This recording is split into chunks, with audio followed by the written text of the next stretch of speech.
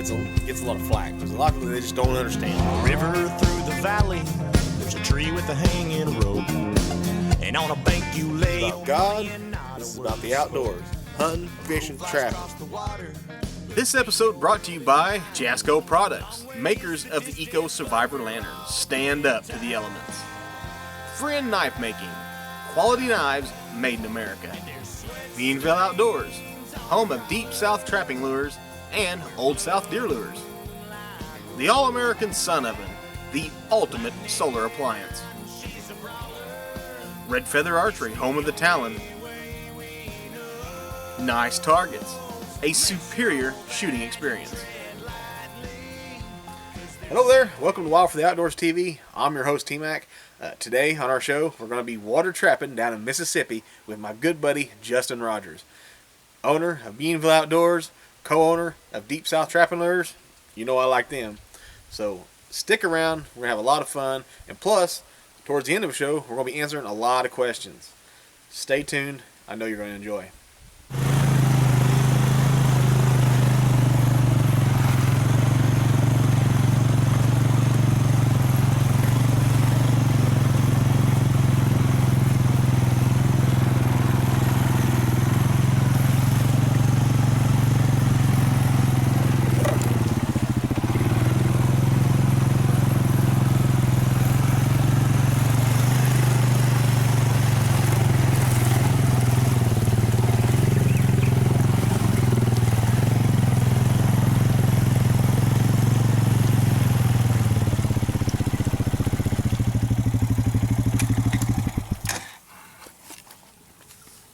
Who needs a boat when you got a four-wheeler?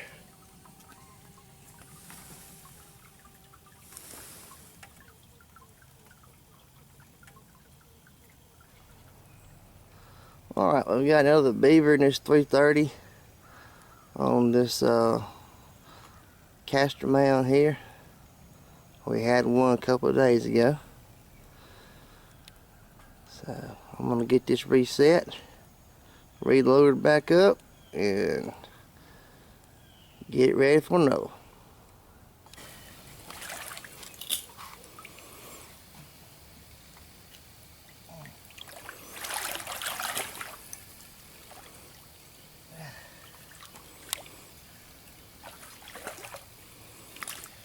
The foothold trap on this little old, they climbing out right there and cutting across that creek over there. I got a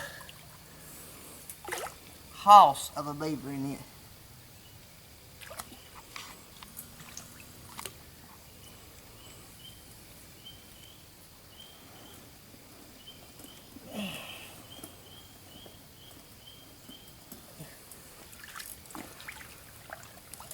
He went all the way to the bottom too.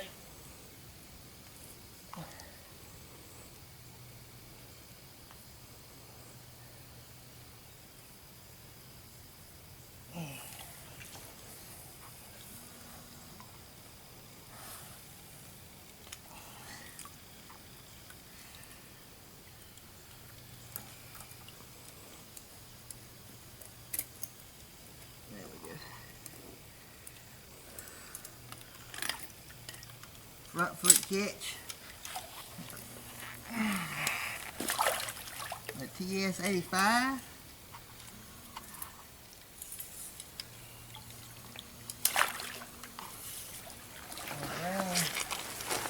Round and lead here.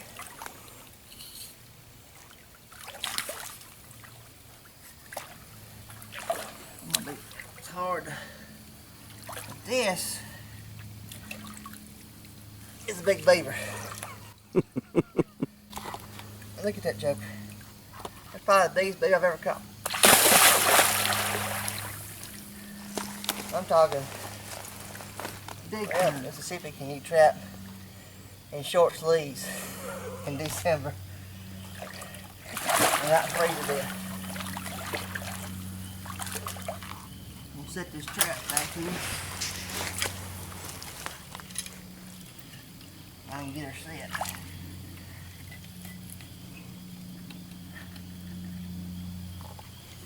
This ain't no trap for a kid. This sucker is tough. right in this mud right here.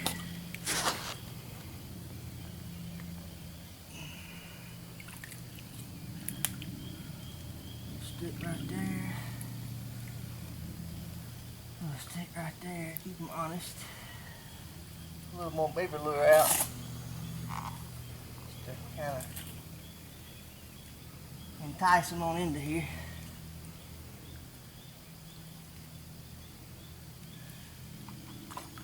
Not really making a caster mound on much. They pull them out right there.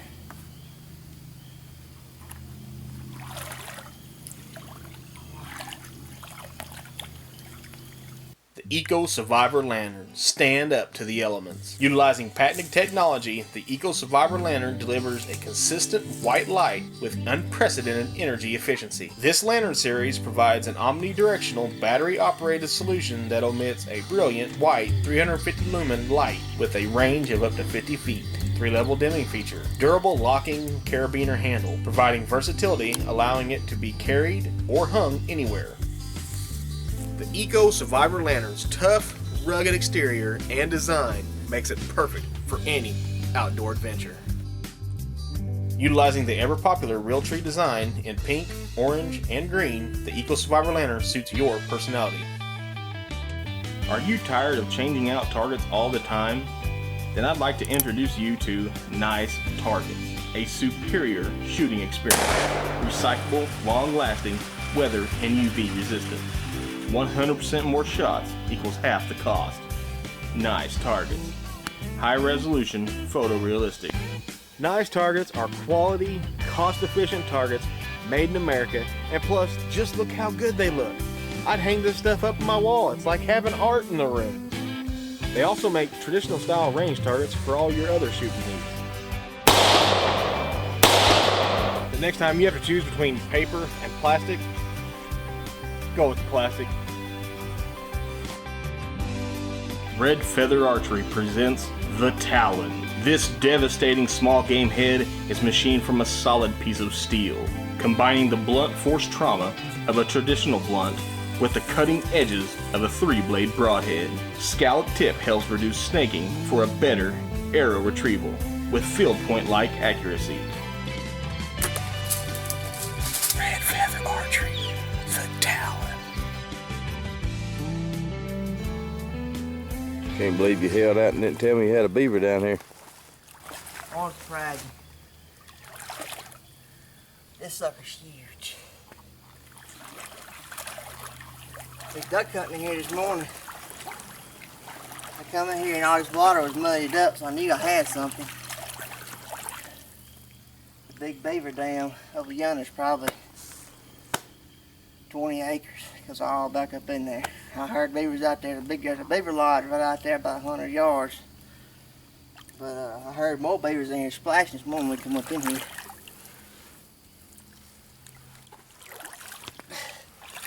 This will make my bad neck sore. That is impressive.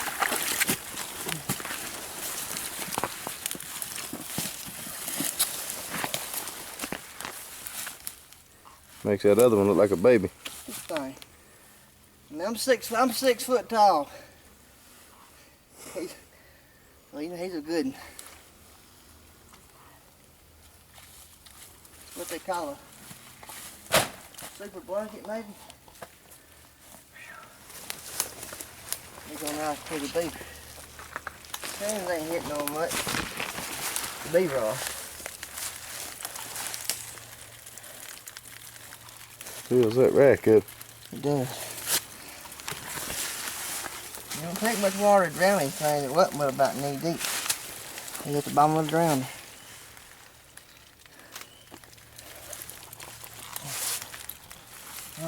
Good job. Alright, here's kind of a makeshift remake. I'm just going to open it up just a little bit. Let this water get out of here soon. We got some more rain coming tomorrow. I know it's going to flood, so if you'll see if you can see down in there or not. I've got 2 of those sticks at an angle right behind that trap. I'm in front, behind, whichever one is. The trap's right here. Of course, that beaver bumps that with his chin. He's supposed to put his feet down. So, and I just got 2 little guy sticks to kind of help corral him in here a little bit. And that way too, I know if I got something stopped after the sticks are usually gone. So, we'll got it going. We'll check it again.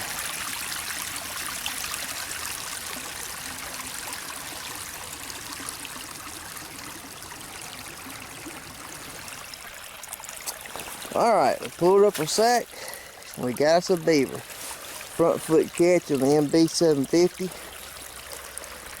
I've had the devil try to catch these beavers are trap shy.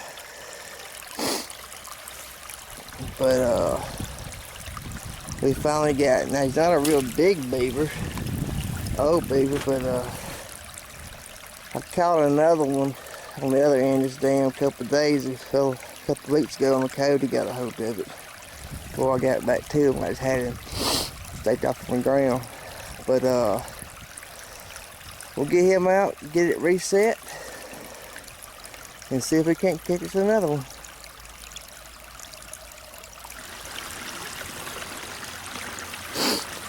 Alright, we got it remade. See, I got my sticks in front of the trap, behind the trap, the poke in his chest. They're going supposed to come a pretty good rain tonight, so I don't know if it's well, this will be tomorrow, so we'll get it. We got to reset and we're fishing again. Maybe I'll catch an otter next day or 2.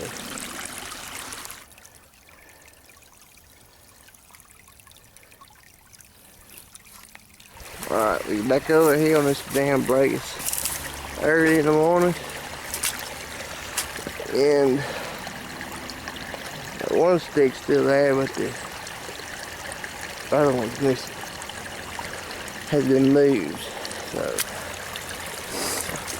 let's see here. I dropped my camera in the water. There's my wire. Under this one end. I hear it.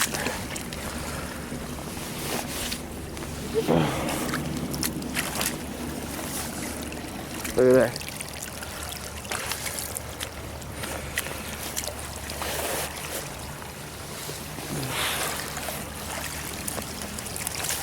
Another beaver on the drowner. MB 750, I'm sorry. Front foot catch. That's beaver number 2 for this week out of here, and beaver number 3 for the season out of here. So maybe 1 or 2 more in here.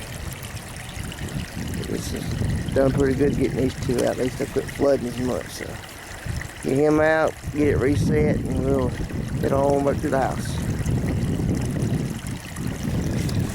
Caught a wood duck. I've heard Charles Dobbins one time. I watched one of his videos. He was talking about catching ducks. It looked like we may have had. No, that's where he must have just sat on it. There's where he caught him. So we're gonna reset it. There's plenty of tracks around here. Maybe something else will come back. But I've never caught a duck in a trap. But I do have my duck stamp, so I guess I'm legal. We're gonna get this reset, and then we'll show you the relake in a minute.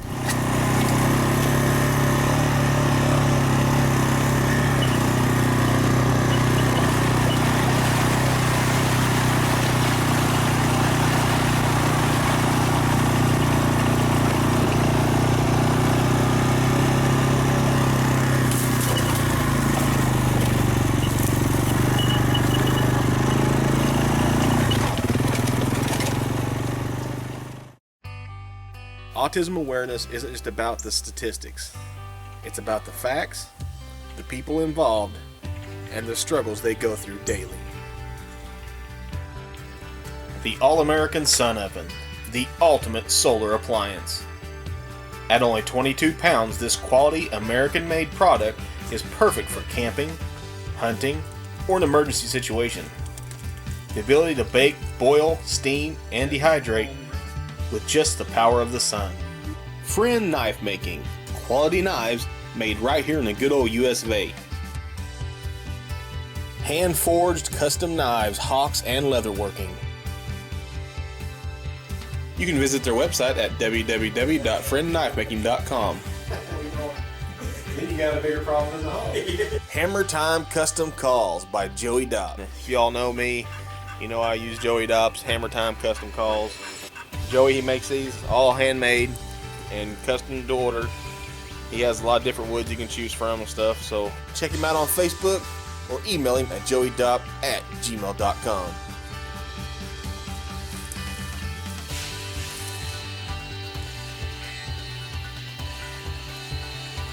you want to get closer to game, you better have your game face on.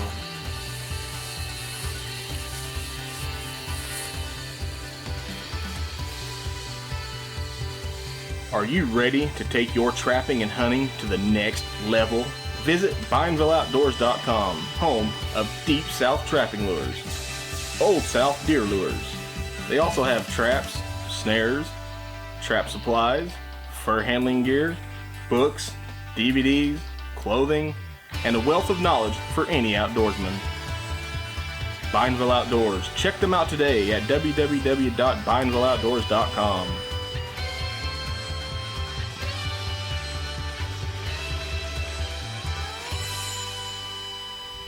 Well, our first question we're going to answer today, and I get this a lot on our YouTube channel. T-Mac, what's the difference between baits and lures? Nobody better to tell you about that than my good buddy Justin Rogers right now.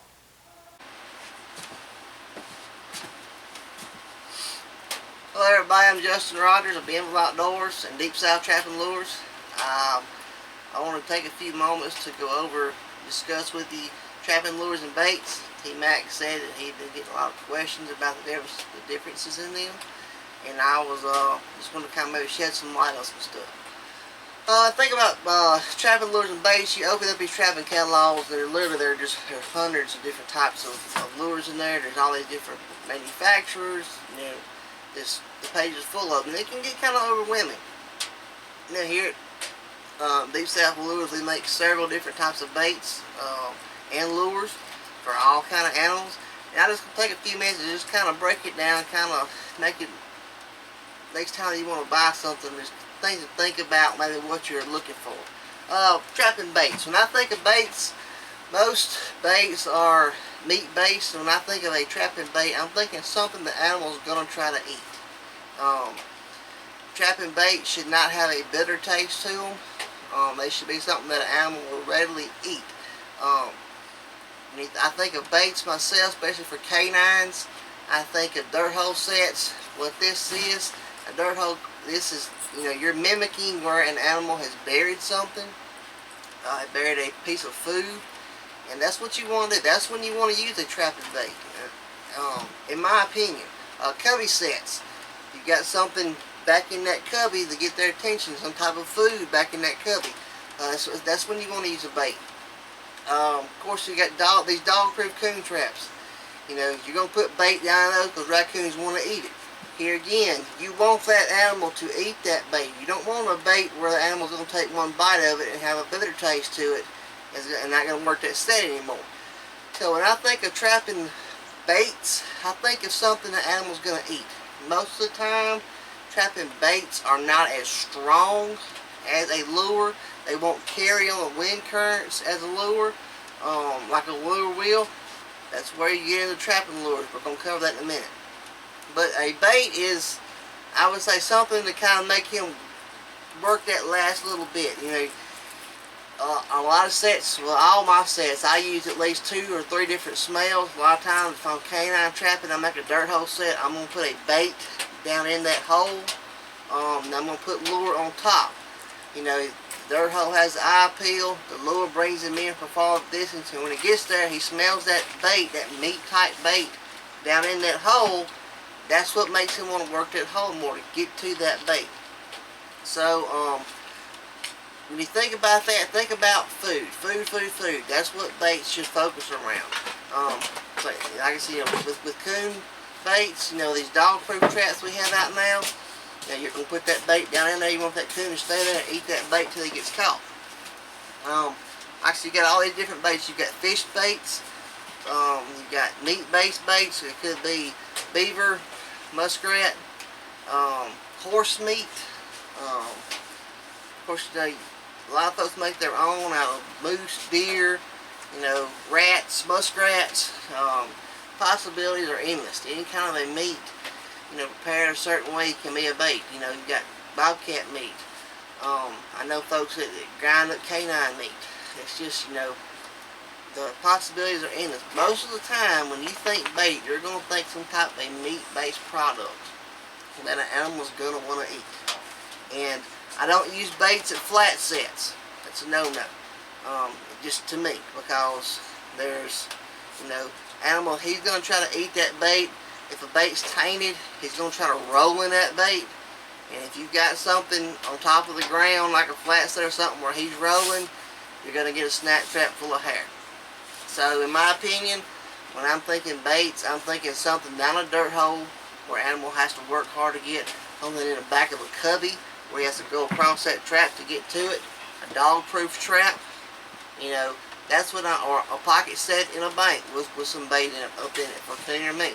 That's what I'm thinking about when I'm thinking primarily on baits. Hello there, T-Mac again. Today we're going to build a mulch pit. The question I get a lot during trapping season is, what do you do with your carcasses after you skin the animal if you're not going to eat them? You know, some of the animals you're not going to want to eat. So this is what you're going to need. It's real simple, pretty quick and easy, and it can help you out in the long run. Plus, you're using every inch of the animal. As you can see right here, I've got some pallets. I've got 5 pallets, 2 sides, 2 ends, and a top, and a handful of screws, drill gun, little arm and hammer.